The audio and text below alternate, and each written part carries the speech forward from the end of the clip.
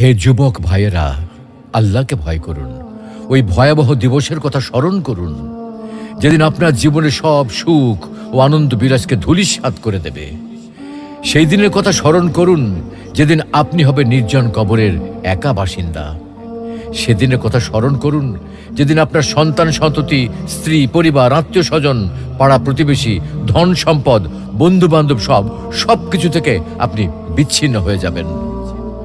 কবরের সংকীর্ণতা ও ঘুটঘুটে অন্ধকারের কথা কি আপনার একবারও মনে পড়ে না? কবরের বিভীষিকাময় ও ভয়ঙ্কর অবস্থা কি আপনার স্মরণ হয় না? কবরের শাস্তির ভয় কি আপনার অন্তরাত্মা প্রকম্পিত হয় না? মুনকার নাকির ফেরেশতার দয় প্রশ্নের সঠিক জবাব কি আপনি দিতে পারবেন? একথা একবারও কি ভেবেছেন? অনুরূপভাবে কবরের অপুরন্ত সুখ ও অনাবিল শান্তির কথা কখনো কি আপনার হৃদয় পটে জাগ্রত হয় না? তাই বলছি, হে যুবক ভাইয়েরা, আর দেরি না করে দ্রুত ছুটে আসুন মহান আল্লাহ রাব্বুল আলামিনের বিশাল ক্ষমার দিকে, মহান আল্লাহ রাব্বুল আলামিনের রহমতের দিকে, মহান আল্লাহ রাব্বুল আলামিনের অনুগ্রহের দিকে।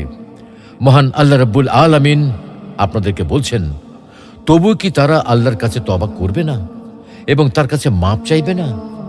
আল্লাহ অত্যন্ত ক্ষমাশীল,